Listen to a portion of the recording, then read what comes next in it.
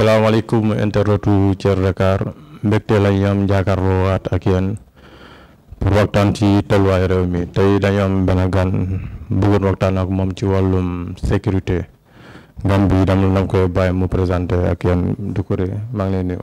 salaamaaleykum Diédhiou maa ngi lay fay. waaw ma bàyyi la balaa ñuy tàmbali waxtaan bi nga nuyonte ak internetu Thier Dakar yi. maa ngi nuyu internetu Thier Dakar di kontaan ci invitation bi di ñaan nañ fi waxtaanee. yàlla na jëriñ ñëpp ñu koy seetaan ak ñi nga xam ne ñu ngi nekk ci métier bi muy nekk aspect professionnel bi nga xam ne dina leen accompagner durant leur mission. jërëjëf donc Doucouré tey ñu bëggoon waxtaan ak yow ci wàllum sécurité parce que ñëpp xam nañu ni tey ñu ngi ci wàllum élection législative yi. ñu gis ni tension yi bëri na surtout que tension yi lu ko waral mooy. dañuy gis ay agents de sécurité ou bien ay gardes du corps yu ànd ak ay politiciens souvent ça se termine souvent par des queues de poisson surtout que bu ay leaders yi dajee wala ay leaders yoo xam ne bokkuñu camp léeg-léeg sax ay leaders yoo xam ne ñoo bokk camp saa bu ñu dajee dañu gis ni souvent day am ay violence donc loolu lu lan moo ko waral. violence bi li koy waral des fois. donc stress bi day leen ëpp doole. te secteur bi dafa toll fi nga xam ne donc bëriwul professionnalisme ñi nga xam ne ñoo ànd ak autorités yi ci côté sécurité dañ koy liggéey mais dafa mel ne maîtriser wuñu ko te tant que amuñu assise pour déterminer aussi nan nañuy gérer conflit situation de crise day métti ci ñëpp. day métti ci politiciens yi métti ci ñiy def sécurité parce que aussi boo bëggee def sécurité aussi. te maîtriser wu lan mooy sûreté maîtriser wu lan mooy sécurité xamoo yenn plan d'action nga war a teg xamoo yenn procédure nga war a dugg xamoo yenn conseil ngay mujjee à la fin da lay ëpp doole. d'accord donc balaa ñu ñëw ci procédure yi ak plan d'action yi d'abord ñu taxaw ci profilu garde du corps wala agent de protection rapproché d'abord différence bi lan mooy garde du corps lan mooy agent de protection rapproché léeg-léeg sax dañuy dégg ay nervi donc lan mooy nervi aussi.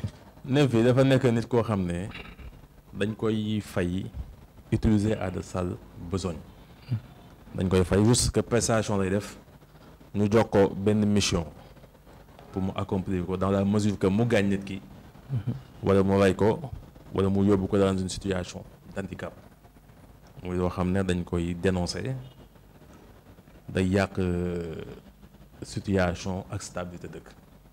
par rapport bi ki nga xam moom la ñuy wax garde du corps mooy ki ñu jël pour mu garder jëm nit ki niveau bi am na fi mu toll waxatuñu garde du corps parce que nit ki jëlatu la pour nga taxaw ci ginnaawam moo tax on parle le contexte de garde rapproché.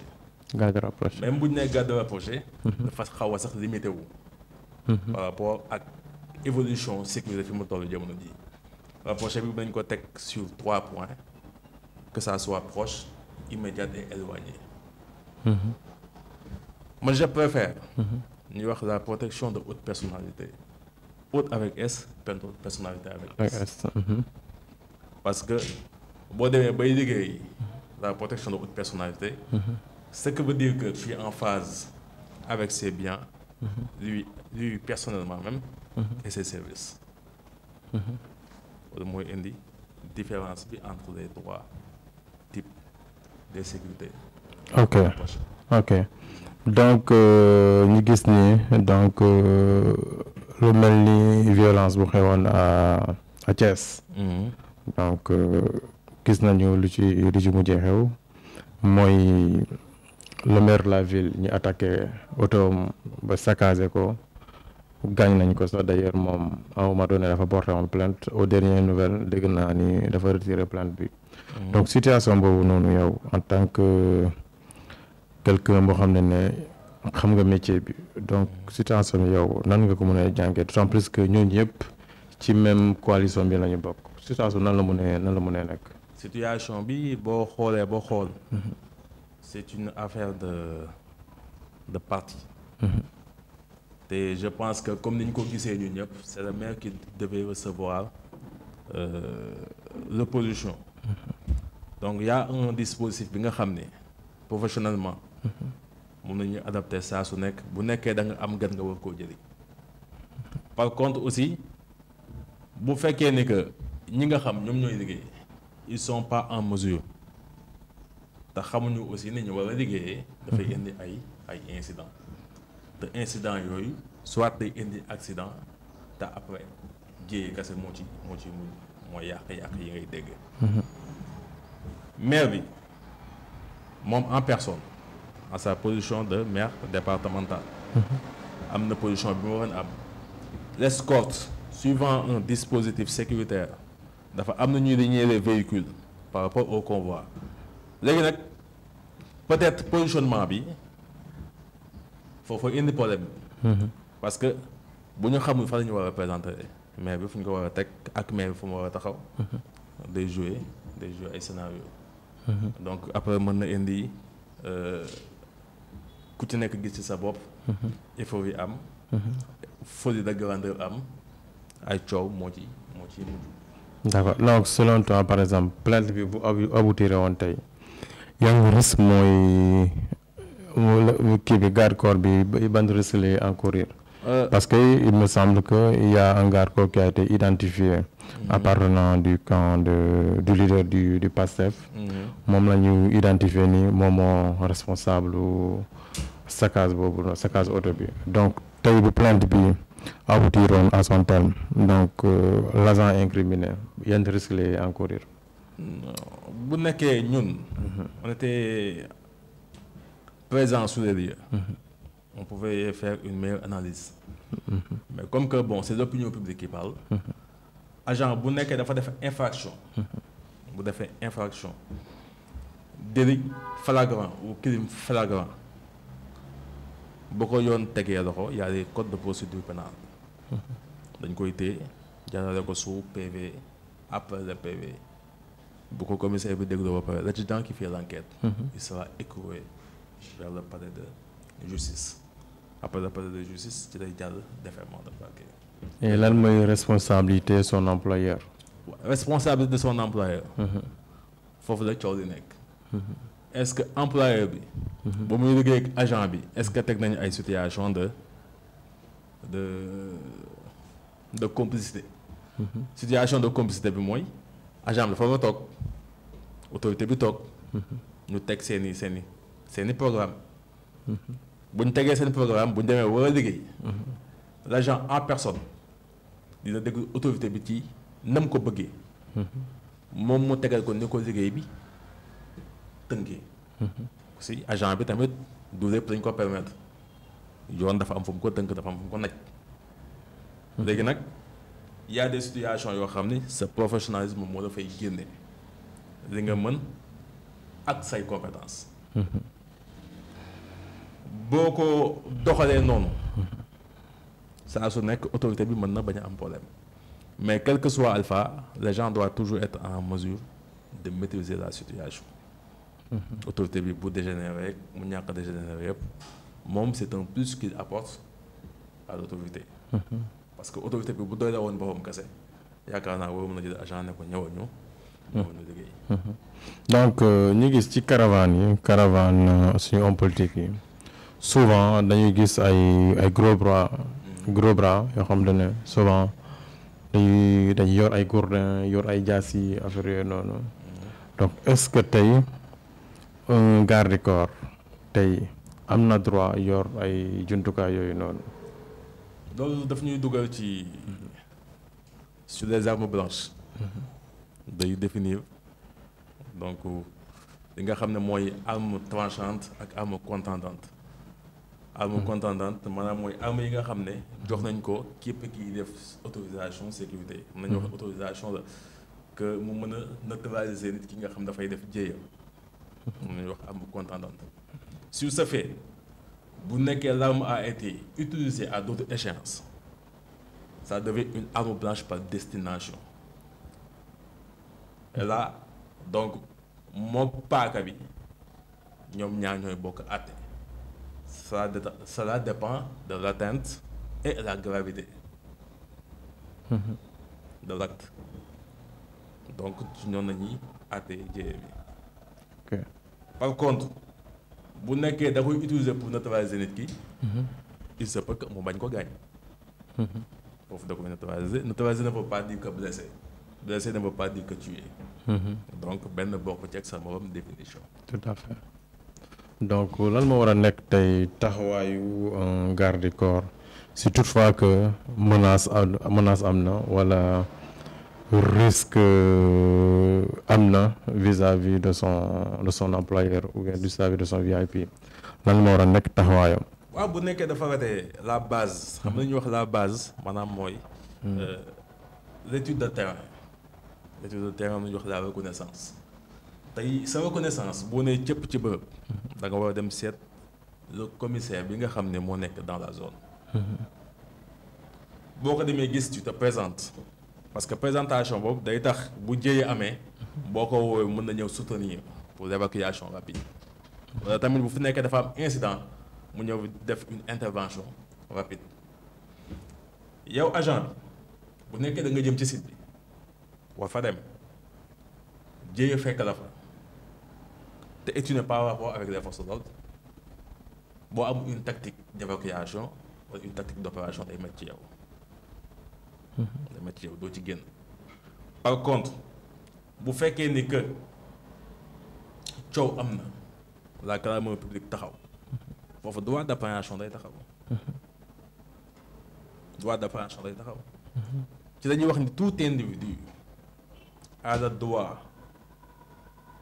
droit d'appréhender l'auteur d'un délit flagrant ou d'un crime flagrant mais condition taxaw na opposition je pense opposition que droit de l'homme day insister foofu ba mu ne mais rek ce dernier ne doit être soumis à des actes de torture de violence ak de séquestration et d'esclavage foofu da lay imposer ni que nit ki lu mu mënti def dafa am ay droit am ci condition yooyu bu calamité publique ñëwee buñ fa bare nit ki pour nga évacuer ko day compliqué da nga ciy gaaw ñoom ñu jël si ko soit nga woote yóbbu ko.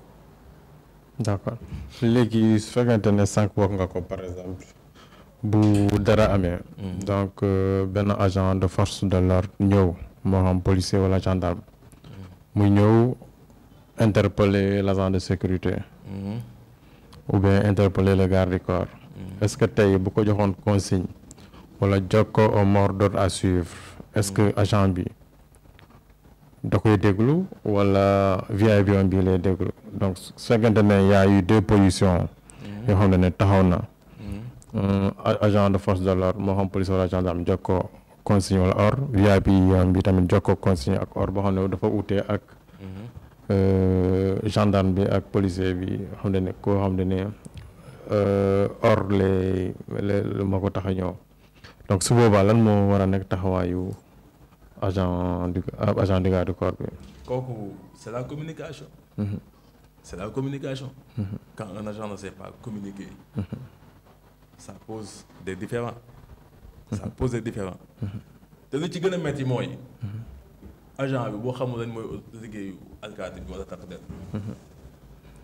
envers lui-même day gën a compliqué. takk der bi il est là pour faire la sûreté. ci njëlbeen ba maa ngi ko doon signalé. waaw takk der il est là pour faire la sûreté. donc moom mission am lenn kese la. day lutter contre les actes de malveillance. su ma nee acte de malveillance naam nit ki li nga xam ne da koy def ci coobaram te moo koy tey. te kam koy def saa su nekk du ko yëg à des fins imprévisibles. da koy bett wala mu ñëw rek daal ci kawam. mais souvent dañuy gis souvent ay agents yoo xam ne dañuy défier autorité. dañuy défier ordre gendarme bi wala ordre force de l'ordre bi. ku xamul. tu crois que tout est permis.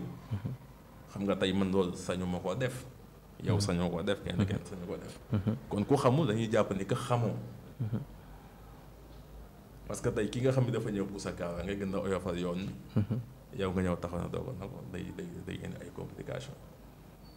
difficulté lay nekk ci yéen. force de l'ordre il faut nga xam ne mooy liggéeyam. yow it nga xam ne mooy sa liggéey. bu demee ba am nuance jubóo leen ci kàddu. vous faites la communication. xamal ko nag lan mooy sa liggéey. lan moo la tax a jóg. moom tôt ou tard da lay fekk si da lay rejoindre. bu amee impasse bu la nee baaxul ordre bi laa jot boo mënee déplier nga déplier tu cherches un autre moyen. Mais faire usage de force. ah boobu de conseil wu ma ko génn. ok donc ñu ngi souvent ci garde du corps yi souvent seen taxawaay souvent dañuy tiital ñu bëri. souvent pour un fait banal ni ñuy taxawee ni ñuy réagir souvent day dem ba ragalloo seen VIP. parce que da ngay ku nekk dañuy cëppi taxaw fu ne mel ni dafa am benn menace bu am. souvent aussi dañuy encangoulé wu. doo comprendre doo gis seen kanam est-ce que loolu yëpp ci biir formation bi la bokk. xam nga yooyu kenn rafetlu ko. kenn du ko rafetlu. tey agent bi nga xam ne dafa dem bay liggéey demee bay liggéey moom en personne.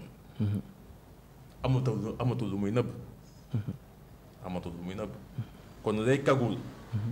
dañ ko jox ñu ko moom c'est pour les gens qui font les interventions tactiques. bu doon tey da ngay dem zone de profondeur. wala nga dem ci zone yoo xam ne dafa nekk en situation de guerre. da nga fa dem pour intervention là-bas c'est permis parce que nekkul fii yëpp génn nga dëkk bi da nga dem pour liggéey consulat équipe d'intervention lañ am. par contre bu nekkee fii lañ nekk ñun ci biir dëkk bi fii. agent bi dafa am nañu ko permettre ak duñu ko permettre mais balaa loolu mu xam sax lan mooy définition menace. xam lan mooy risque. xam lan mooy danger. xam lan mooy efficacité et pérennité. kon yooyu yëpp boo maîtriser wul benn bu ñe ci contexte bi mu war a amee. day doy waar ci yow da ngay yàq sa bopp yàq sa liggéey ci autorité bi. ndax un agent qui ne peut pas se maîtriser. moi je ne sais pas comment il va faire pour sauver une personne. ok ñu ñëw si seen langage bi souvent day gis ni c'est des langages codés. tey par exemple en pleine cérémonie. bu sa autorité nekkee en pleine cérémonie. nga yëg benn menace boo xam ne da nga ko bëgg a informel. tey par ban moyen ban voie ngay jaar pour informer ko lool. xam nga y a les codes syllabes. y a les signes et les gestes.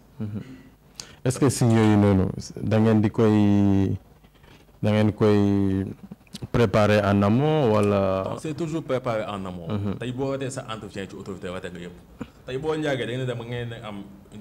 un rapport de fraternité. ok de familiarité. lu bëri di ngeen koy sekk. te boobaa ci ngay mën a profité wax ko yenn yi parce que des fois autorité da koy soxla. mais yow sa bopp bi boo ñëwul. mën na ko gunge ci loolu. donc autorité il ne connaît pas te yow agent bi yow yaa ko war a mën a gunge. xamal ko moo tax ñu ne la c'est plus tu apportes un plus mais pas un moins. ok léegi waaw en cas de menace mu nekk en pleine cérémonie. en cas de menace. l'évacuation rapide dafa am. menace la ñuy wax de xam nga menace tamit. du danger. du danger. waaw mën na nekk danger aussi. non xam nga su ma nee menace. menace bi dafa nekk loo xam ne da nga ko njort. mais wóor la ndax am na wala amul. waaw xam nga danger maanaam mooy loo xam ne dafa taxaw. c'est imminent. waaw mënoo wëcc te fa nga teg pexe pour génn ci. waaw te bu dee risque maanaam mooy yoo xam ne impact la. ak menace lay boole. mu nekk probabilité nga jàpp ni que lii dina ñëw. mais boo amul schéma. d'opération ak schéma d'évacuation doo ci génn. donc sa autorité à chaque moment yow yaa war a njëkk a pare moom ci boo pare ci ni ngay liggéeyee progressivement ci lay xam say code xam say fort xam say faiblesse say fort nag communication la bi ngay tenir ak moom bu situation bi tollee fii lii la boo gisee ma def nii lii la. ok boppam nag day comprendre automatiquement bu la gisee day jóg. day xam nga fi nan la. souvent dañuy gis aussi ay agents de sécurité yoo xamante ne ils sont discrets dañuy fondre au niveau de la masse ou bien au niveau de la foule boo ci defal attention doo xam ni c'est un agent de sécurité. loolu yëpp lu c'est ci. c'est ça le ci plan bi la bokk wala. c'est ça le professionnalisme. donc il faut travailler en toute discrétion. agent du lépp lay wax. day am bàmbalu biir. agent du fépp lay feeñ. agent du fépp lay tudd. ça c'est la discrétion. aussi dañuy gis souvent que la relation entre l'agent ak son employeur souvent day nekk ay relations conflictuelles souvent ça se termine en queue de poisson donc lan moo tax souvent situation yu di am.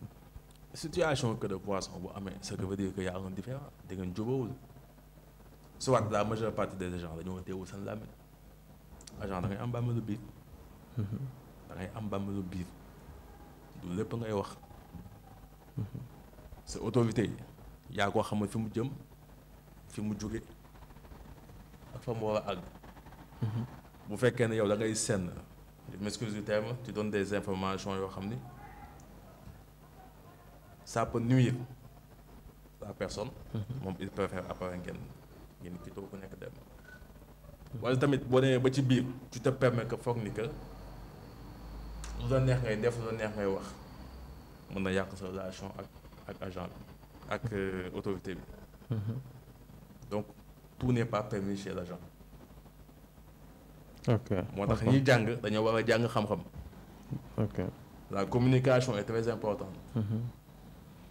donc formation bi tey bu ci naree taxaw ci formation agent garde corps yi est-ce que ñoom am nañu formation bu war. am na ñu am formation. am na ñu am formation. mais kiy formé daa war a jàng balaa muy formé. le formateur ci boppam. dafa war a dem jàngi.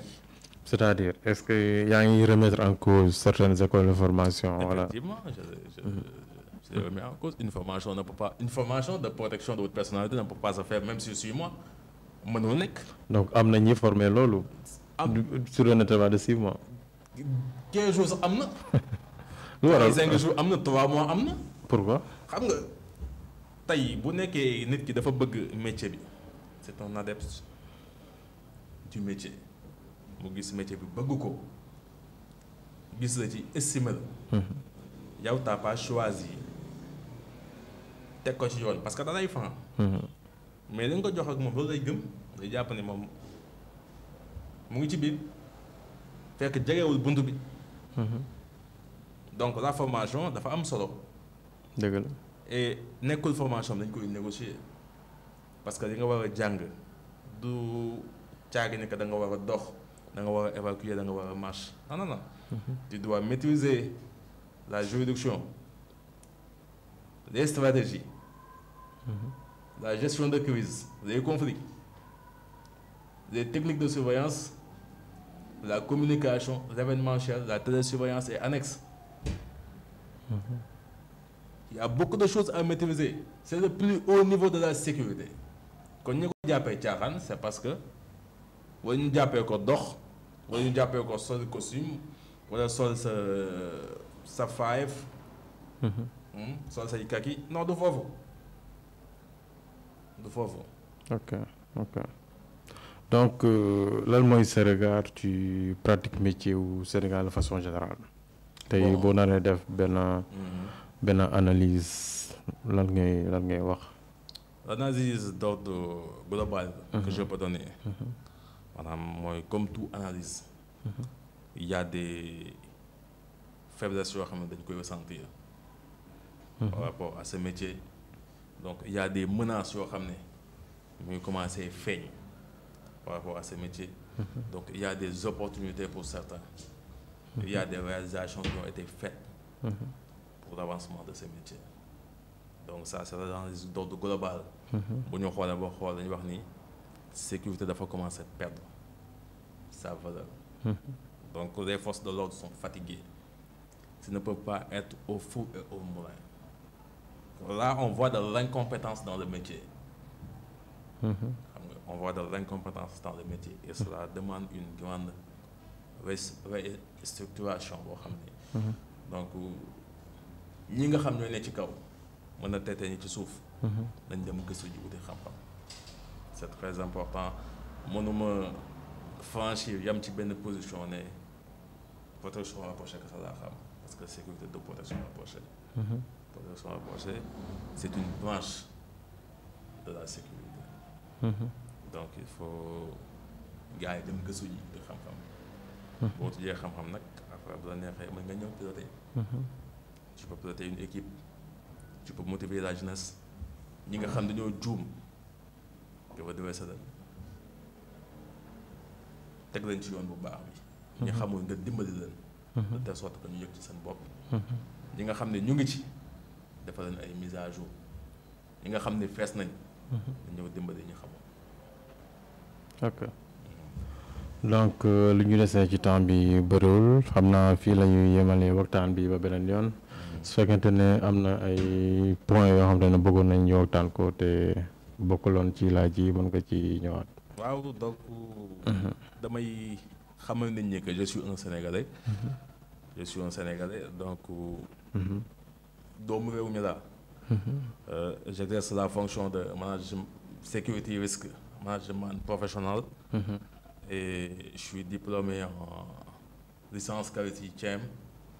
sécurité management. ba pare nekk un responsable. de l'entreprise Vice Protection. donc qui a une politique d'insertion et de réinsertion des jeunes. boobu sa entreprise la. voilà c'est une entreprise voilà non responsable la rek. ok je suis là-bas je suis un responsable. donc et de lutte contre la délinquance juvénile. donc ñoom ñu ngi opérer. seen prestation ñuy def c'est l'œuvre sociale. bu ñu jógee ci social bi donc ils font les aspects préventionnistes sécuritaires. Ils font du management, ils font de l'approvisionnement et de la logistique. donc ils font de l'événementiel, donc ils font aussi tamit ci nettoyage. donc ñu ngi yëngu vraiment pour dimbali jeunes yi. donc ñu sant seen bopp carrément ci réew mi ak fi dëkk bi toll. ok donc mbokki internet Thiel Dakar lii la ñu leen indi woon tey ci biir waxtaan ci tolluwaayu réew mi surtout côté sécurité gis nañu tey ci biir campagne bi violence bi bëri na donc ci éclairage bi du kuréel donc jot nañ ci jàng lu bëri donc boo xam naa ni teewul waxtaan bi dina yeex lu bëri ci garde corps yu bëri tey nag ci liggéey bi donc lii moo nekkoon waxtaan bi. ñu ngi leen di jox rendez-vous ak beneen émission jërëjëf.